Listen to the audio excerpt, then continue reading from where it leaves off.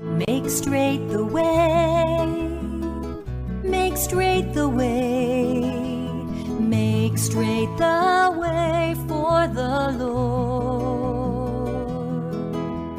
Look, the Lamb of God, the Lamb of God, who takes away the sin of the world. A voice cries out in the desert, "Prepare the way of the Lord.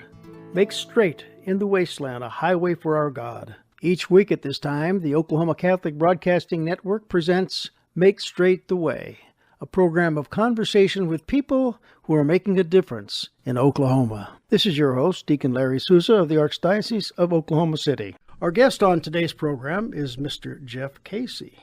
Jeff is a member of St. John Nepomuk Church in Yukon, Oklahoma, and he is a former Methodist and at one time avowed atheist, and just most recently a convert to the Roman Catholic Church. Jeff, welcome to the program. It's a pleasure to have you here today. Thank you very much, Deacon. It's wonderful to be here. Yeah, maybe you could, since you are not well known by me or by our listeners, tell us about who you are. Who is Jeff Casey? Where did you come from? Well, I grew up in Oklahoma City on the northwest side. Was raised by wonderful parents, and I have an older brother and sister who are 17 and 15 years older. So I was, for practical purposes, an only child. And my parents attended a Methodist church as I was growing up, and my grandparents attended what I would describe as evangelical churches. And so I was raised, was baptized as a baby and raised a Methodist, but I was not engaged. I was not paying attention from age 0 to 18, and I learned really nothing about my faith. And I assumed Did you go to church on a regular basis with your parents? On a regular basis when I was younger, a little more sporadic as I got into my teenage years. I would pretend to sleep in, hoping my mom wouldn't wake me up to get me to go to church, because I was bored and just had no interest. Mm-hmm. And I believed there was a God, but I don't even know. I just wasn't interested in learning about that. Mm-hmm. And then. Well, you said to about age 18 you were that way. Yeah, until I got into college, and I don't want to blame the wonderful University of Oklahoma. It's one of our nation's great educational institutions. But let's say I made less than ideal choices in what I bought into from what I was learning at OU. And this is where my life journey took a turn in the wrong direction as far as having any kind of faith life. I talked to a career counselor at OU who said, "Well, what do you really like? What courses have you really enjoyed?" I said, "Well, I took this intro to psychology course. It was really interesting. But you can't major in that because how can you get a job with a degree in psychology?" So this career counselor talked to me quite a bit and said, "It's okay to major in psychology. You can actually have a career." And so I changed to psychology. My grades went up to the top of the scale, and even though... Did you like that? I did like it. Oh, I liked it. And it's easier. I mean, just, to be honest, it's an easier major, period, than engineering. But I really thrived. And then an advisor in the dean's office found out that I was good at math and computers, and he said, "Oh, there's this professor you've got to go talk to down in the basement of Dale Hall who's all about that." And I said, "A psychology professor who's into math and computers? You mean you can do math and computers and science and psychology?" And I was all in on that idea. Mm-hmm. And so I went and talked to this professor. I later found out that he was salivating when he found out that I had these skills of being able to program a computer, which in the late 70s was a big deal. So I ended up working in this lab and then got a master's degree in experimental psychology, cognitive psychology at OU, and then went on to the University of Wisconsin for a PhD in psychology. Okay. But as far as my faith life along the way, I had some professors, and I'm not blaming them. They were wonderful people trying to seek the truth as best they could. But these were atheist professors who were anti-theists. They were against religion. They openly scorned and mocked religion. Right. They told me that religion is for weak-minded people, people who are easily manipulated and controlled, people who need the opiate of the masses. I talk to a lot of young people who have been to college, who had a faith life before college, and then suddenly college becomes the big disconnect. So that was true in you didn't have a disconnect, you had no connect at all. No right? connect, and that went. And then at some point I was taking one of the best classes I ever took about the evolution of behavior, animal behavior and human behavior, which is all considered the same in that field of science. And this professor, just a very brilliant man, I respected him a lot, even though we read a book called The Selfish Gene by Richard Dawkins. I just knew Richard Dawkins was a famous biologist. I didn't know he was an outspoken atheist. This is a little paperback book, and it basically said in, 100 and something pages that we all evolved from swamp sludge, or now they would call it the primordial soup. And I bought it lock, stock, and barrel. I thought I was buying it based on science and reason, but in a book that short, you can account for 13 billion years of universal history and the humans being where we are today. Well, I think there's a lot of faith involved. And so I thought, well, okay, I can just dispense with any worry about God or how I'm living my life because it's meaningless anyway. You got to find your own meaning, and all I'm really interested in is finding a girlfriend and being in a long-term relationship with a young woman, because I was convinced that that's what would fix me and solve my problems. Just put all that burden on a young woman, what could possibly go wrong there? But I thought that was what I needed, and it didn't occur to me that I needed God. It wasn't any way in my consciousness. So what was your problem? Solve your problem, you said. Oh, my problem was I was anxious and I was lonely. I was worried. I was had a kind of I guess I wasn't clinically paranoid, but I was very skeptical, cynical, suspicious, and just had a pretty rough internal time as far as dealing with managing anxiety and worry. And that was the story of my life from childhood. I mean, that's just how I was. And so I spent a great deal of my life up until recently really managing anxiety and living for the future. It's like I'm not enjoying life now, but then I did meet my wonderful wife. Okay.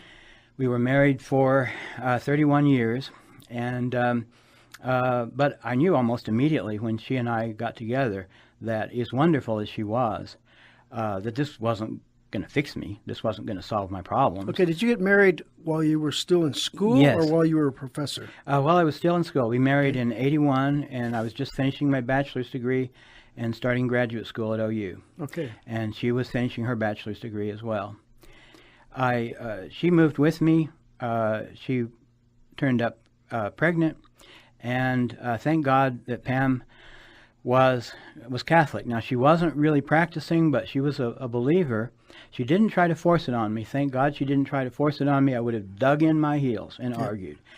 But she was quietly a believer. And so we moved to Wisconsin, and some things happened. I look back now, and I think about random good luck that I had. And I remember these things occasionally, and I feel like God might be tweaking me just a little bit and saying, Jeff, remember that time in 82 when you really needed an on-campus apartment in Madison, Wisconsin, and it was already October and everything was full, and that your professor said, you really got to apply. You really need to apply for that, even though there aren't any openings. And I did apply, and we instantly got in. And I feel like God is saying, you know that time when you lucked out? That, Jeff, you didn't luck out. So you're telling us this looking back from now. Yeah. Okay. Yeah, there was something going on there. It wasn't just luck. Everything was luck. If something went well, it was luck in those days. That's how I saw it, all in terms of probability and statistics. Well, I noticed in your little notes here about you that not only were you a college professor, but you were a scholarly researcher. So is that what you were into, like statistics and Right. It was all about statistics and probability. I was trained to see the human mind as basically a computer. It was an information processing metaphor. And so we got to figure out the computer program that runs the human mind. And if we figure that out, we can account for not only how we reason and think, but we can account for emotions, we can account for everything, because all it is a computer program. And so that was the paradigm that I was working in, to try to understand psychology. And of course, as far as I know, all my professors were either atheists or skeptical agnostics. You didn't talk about religion. It just wasn't discussed. It wouldn't have been appropriate, to bring that up at a cocktail party or any other time. I felt it wouldn't be. In other words, what's that got to do with it? Yeah, it's not. We're doing science here. This is real. We're not dealing with that kind of stuff. You have that. You keep it to yourself. So then I had my first job was at MIT in, ironically, the College of Engineering. So I felt like I'd come full circle, and that's it. It would take too long to get into that. I didn't. It was a great job, looked great on my resume. I didn't like it, and then after a year, we moved to Long Island, to Stony Brook University, which is part of the State University of New York. And that's a major research university. And most people don't realize that as a college professor at a major university, it's not about teaching. Sure, you teach for 5 hours a week, something like that, 6 hours a week. But what it is really about is your research career. And you're a hired gun, you're a lone wolf, you're supposed to establish yourself as a researcher and be successful and publish papers, get grant money, and travel to conferences, give talks, develop your reputation, bring prestige to the university. And that's how you get tenure. You don't get tenure by being a good teacher. You have to be okay in the classroom, but that's not what's important. What's important, and I'm just telling you, this is how it is in major universities. Maybe not every major university. I think OU is a little more serious about teaching. And of course, I'm still in an environment where there's no theology department at Stony Brook. It's just not something they have. The philosophers, they didn't have religion courses as far as I know. Maybe they did. I wasn't aware of it. And so there's no religious influence, entirely secular. And I had a friend who was a devout Jew, but I didn't know it for the first 10 or 15 years that I knew him, because it didn't come up. I thought he was a friend, but it didn't come up. So that's the kind of environment. And I was searching all through these years. Once I got tenure in 94, I experienced the academic version of postpartum depression. And I didn't expect it. I thought, once I have tenure, now this will be the thing. This is what will make me happy. This will give me meaning to my life, because now I can do whatever I want. Instead, I was almost in a panic mode because I had no direction. I'd been working on the treadmill so long to try to get this tenured faculty position at a major university that I didn't know what to do with myself. I never thought that would happen. My life is a series of thinking, this is how things will be when I get there, and then getting there and finding out it's not how I thought it would be at all. And then I started searching, and there's not time to go through the things I tried. I started a ham radio club. I've been into ham radio for my entire life, and it's one reason that I found EWTN and Oklahoma Catholic Broadcasting is because I love radio. Radio is all about the theater of the mind. I think it's much better for your brain than staring at a TV screen. So are you talking about something's going to come along here that's going to change all this? Well, or I'm going to find something. And so you're still searching for that. Searching for something. That rung on the ladder that's going to get you to happiness. Right. And then my brother is a clinical psychologist, and I don't want to pigeonhole him, but he's definitely not spiritual, definitely not Christian, definitely not religious. And believes, and I remember him telling me, and he's a big influence on my life because our family had a lot of respect for my brother. He's very successful. Yeah. And he also made a career change in his life into clinical psychology. And he told me, well, when an experimental psychologist is struggling, you go to a clinical psychologist. And that's what I did. So I had a number of different therapists at different times in my life, psychotherapists, clinical psychologists, and they were very helpful. And I learned to get in touch with my feelings and talk about them. And also saw psychiatrists and was put on antidepressants and all of that. And of course, in the 90s, we all thought that the SSRIs, the Prozac and Zoloft, that those were a panacea, that would just could be a miracle cure for depression. Well, it doesn't always work. It didn't work that way for me. And of course, these psychologists and psychiatrists, as brilliant and capable as they were, they couldn't give me the one thing that I needed. And I didn't know that. I just thought if I could find the right doctor, then that would help. So I went through years of that. We had a lot of family struggles as my kids, Pam's and my kids, became teenagers. All the issues became very complicated. And people asked me why I would bail out of a tenured faculty position at a major university. I had a guaranteed job for life, basically, as long as I showed up and taught my courses and so on. And why would I bail out of that? It was a very nice salary, full benefits. We were very, things were. So this is in your thought process at this point? Yeah. You're thinking of leaving? Yeah, we were thinking of leaving, and the reasons are just really too complicated. We had lots of problems. Every member of our family had problems. Our son, who was in his early 20s, was in with the wrong people, was not progressing in life, we felt, and my wife wanted to come back to Oklahoma and be near her family, and just a lot of things. And it just, I feel to a great extent I followed the path of least resistance in life, which you wouldn't think that becoming a college professor was, but for me it was the path of least resistance. Actually, the world around you looks at that as highly successful. Right. A high degree of success. Right. So objectively, I'd reached a good level of success and should have been comfortable, but I was miserable. I mean, people are calling you doctor now. Right. Okay. I was miserable. So it's just, there's not a simple reason. I really feel, honestly, that we were led back to Oklahoma by God. Mm-hmm. I wouldn't have said that at the time. I just thought I was copping out, bailing out, giving up, just taking the path of least resistance, which was to come back where we at least had family around, which we didn't have in Long Island. And that's not the worst thing in the world to do. So we came back here, and for the first year I didn't work, and I was just kind of wallowing. And then my wife said, you're going to have to get a job. We're going to need money at some point. Still a lot of issues. Does this mean you quit? You've quit? Yeah, I quit. I just quit. Up and quit. For just absolutely quit. Okay, so you're without a job. Right. So I came back, didn't work for almost a year, and then my wife said, what would be good? So I didn't want to sit at a computer. Even to this day, sitting at a computer for long hours doesn't work. I like to say I had ADD decades before it was fashionable, but that's not a very good excuse. I just don't like sitting for long periods at a computer, which is mostly what my job was. It wasn't in the classroom. It was sitting at a computer, trying to do research, write papers, do administrative stuff. So I needed to do something that didn't require sitting at a computer, and every job that I was capable of doing was sitting at a computer. And even to teach a class, you have to prepare a lot. Especially, I was teaching business classes, which is another story, how I ended up teaching business. You have to put on a performance as a business professor in an MBA program, a master's program in business, and you have to prepare a lot in front of the computer. So I couldn't do that. I needed a job. I didn't have to sit at a computer. Pam said, you need a job. Why don't you apply at Walmart? I said, you're out of your mind. Me work at Walmart? Yeah, that'll happen. Yeah.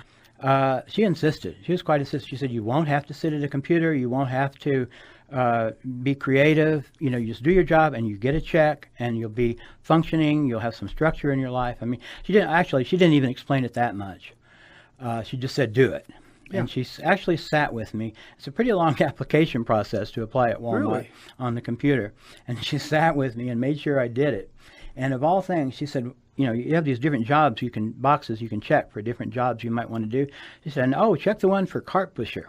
I said, you could do that. You use that machine, the machine pushes it. That's an easy job. You could do that. I said, I didn't want to be a cart pusher, but I didn't want to have conflict with Pam, so I went ahead and checked that box. Yeah. Walmart called me up and said, we want you to come in and interview for a job as a cart pusher. All right, so I've gone, and then next thing I knew, I'm a cart pusher at Walmart. And it was just insane. It's one of the best things that ever happened to me. Really? Now, I didn't stay a cart pusher, but if they took a look at your resume and saw where you've been, I'm surprised they even wanted to hire me based on that. Yeah, they would just to kind of throw you in the trash Right. and say you're too overqualified here. Right. But there was a lady in the personnel office who didn't see it that way, Okay. and so then I was hired, and that was the job that was open. But here's the kind of the tough part. And so I went for my orientation on a Thursday in 2012. On Saturday morning, my wife had passed away in her sleep. Oh. And after 31 years of marriage, we'd been together 32 years and friends for 33 years. And, it was, how can you describe it? Devastating. And it sounds to me, at the time when she tried to push you in the direction of getting this job and changing careers, she knew in her heart what would bring you peace. Yeah. Apparently. And And anytime I thought about the future, I'm thinking, well, statistically, I could live another 25 years, and what on earth am I going to do for 25 years? And all I knew is I had to put one foot in front of the other, quite literally, and push those carts at Walmart. And I said, well, okay, I guess if I'm going to be a cart pusher at Walmart, I'm going to be the best one they've ever seen. There you go. And I was quite a good cart pusher, and then ended up getting invited to work inside the store and getting trained. I did various jobs, ran the back room for a while. Now I'm a customer service manager, which is a job that I love. I say I'm not a people person, but I played one in the classroom. I played one at Walmart. And so basically, I get paid to be nice and helpful to people. And you go to work feeling lousy and force yourself to be nice to people all day, you feel better at the end of the day. Absolutely. And I just love the people I work with. I just really can't explain it, but it's honestly, I'm happier now than I've ever been. Now, as far as the faith journey, in about 2003, I realized there must be some kind of God. But I was in more of a deist view, that God kind of sits up in the press box of life and watches the mayhem. He set this up like the watchmaker lets it run, and he sits up there and strokes his long white beard and, watches us be awful to each other and doesn't really intervene. So he's not going to be much help to me. I've got to look out for myself. And so even though I started believing in God in 2003, what was I going to do about it? It wasn't anything really to do about it. I wasn't in on Christianity at all. In 2013, I was listening to the radio NPR where they were talking about Pope Francis. Okay. And I thought, this is really cool. I wish I had a pope, but too bad I can't believe that stuff that they believe, because that's cool. And then the next thing is that after Pam passed away, my middle child, my son Taylor, who went by TC, was 28 years old, and he was somewhat getting his life together. And he and I became close during the 2 years after Pam died. And then in beginning of summer 2014, Taylor died in his sleep. Now he had been into drugs, and it turned out in hindsight that he had some organ damage from drug use, but he had been clean for 3 years, and it somehow caught up with him. And thankfully I didn't torture myself too much about it, by the grace of God, but he was just gone one day. So now the second closest person in my life was taken away from me. Yes. When Pam died, I was mad at God. When Taylor died, I said, okay, there's only one more thing I can try, which is I need to find some type of church and see what the deal is, because if that doesn't work, then I'm out of ideas. Okay, was there any particular individual that came into your life that? Well, I'll tell you who shined a the light? individual was. The individual was Father John Ricardo on yes. the EWTN radio network. Wonderful man. And so I had noticed just a couple of months before. So Catholic radio. It's the reason that I'm here. It's the reason that I'm a Christian. It's the reason that I'm a Catholic. Praise God. We just love to hear that at Oklahoma Catholic Broadcasting, because that's what we're all about. Go ahead, Jeff. Yes. So I love tuning around the radio band to see, what stations there are. Are there any new stations? Stations and formats come and go. And so, and for many years, I didn't honestly want to be alone with my own thoughts. Yes. I didn't even listen to music, because that gives you too much time to think. So I would listen to talk radio. But, of course, sports can only carry you so far. And I noticed there was this religious station, and it was a Catholic station. And what got me is that one day there was a program where they were saying, only taking calls from atheists today. Atheists only at 1-800, Right. this young dynamic, speaker. And I'm thinking, what kind of program is this? This is a religious station that wants calls from atheists. They're not going to like what they hear. I mean, atheists are going to say things that Christians do not want to hear. Exactly. And come to find out, these Christians on Catholic Answers Live love to hear that, and they do have answers, and the answers make sense. So I didn't come in just based on pulling myself up by the bootstraps and saying I'm going to give myself faith by, Right. just I came in through reason. And what happened to me, one day I'm listening to Father Ricardo. Didn't really know who he was. But, it's this hour-long, talk without commercial interruption, and he's just rolling. And he's giving a talk. The title was something like, "Was Jesus God or a bad man?" Mm-hmm. Okay, well, that pretty much gets to the heart of the matter. So, okay, I'm going to want to hear this. And so I'm listening, and I already knew at that point that EWTN doesn't put stuff on that's just made up out of thin air. It's theologically valid. Absolutely. So I knew he wasn't just making stuff up. And about 40 minutes into the program, I'm thinking, man, I don't know how to argue with the points he's making. He's giving legitimate historical data, evidence, logical reasoning. And I'm saying, man, this resurrection thing, this really happened. This guy's not kidding. And then I'm thinking, it's like 40, 45 minutes in to the hour-long program. Oh, this changes everything. This changes everything. And then at that moment, as I remember it, Father Ricardo said, "You realize this changes everything." Okay, all right. I think I'm going to want to learn more about this. And so it was after that I started listening religiously to EWTN and Father Ricardo and Catholic Answers and The Journey Home. And then there was a commercial on Oklahoma Catholic Broadcasting that said, if you want to learn more about the Catholic Church, email this address. Right. I emailed it, didn't, just figured, oh, well, let's give this a shot. Right away, I get a email back from the president of Oklahoma Catholic Broadcasting, Yes. Jeff Fennell, saying, all right, we're here. What can we do for you? What are your questions? We'll help you out. And I had a lot of questions, so I didn't answer right away. And then I got another email from him saying, oh, we're here for you. Anything you want to know? So he wasn't going to give up. And so then, of course, he put me in touch with St. John Nepomuk Right. Church. Mm-hmm. And the rest is history. I went through RCIA. I'm now involved in a discipleship program that grew out of RCIA. Wow. Just a lot of stuff is starting to happen. I don't know where it's going to lead, but it's my favorite word now is I have a new spiritual director, and the word he taught me is metanoia, which you can look up in the dictionary. It's like paranoia. It's the opposite of paranoia, Right. Which is how I used to be. It's metanoia, and it's a spiritual change from the inside. And my favorite Bible verse, which of course is everyone's favorite, I guess, is in 2 Corinthians, when Paul says, if anyone is in Christ, he is a new creation. The old has passed away. Behold, the new has come. Who would have thought he wasn't kidding?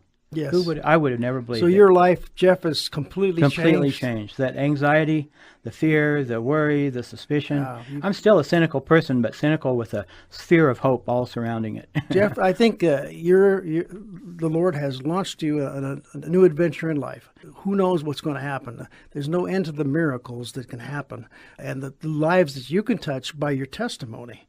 It would be great. That I would be really do appreciate you taking your time to come by and tell us. How would you like to be remembered at the end of your life on earth? Well, I know the answers that a lot of people are a lot smarter than me give, but I honestly, I don't know. I know that I want to touch lives in whatever small way I can. And I guess that's about the most that I'm hoping for right now. Think of the tremendous experience that you have had in your life. It's been a rough road, and it's not going to be a whole lot easier being a Christian because we're up against a lot. Prepare yourself for an ordeal, right? So happiness is the reward you get. And God has a corner on the market for that, which is what Father Ricardo. Jeff Casey, God bless you, and thank you for sharing your heart with us. I look for great things to come, and I hope someday we'll be back talking to the people about what's going on in your life. Thank you very much for having me, Deacon Souza.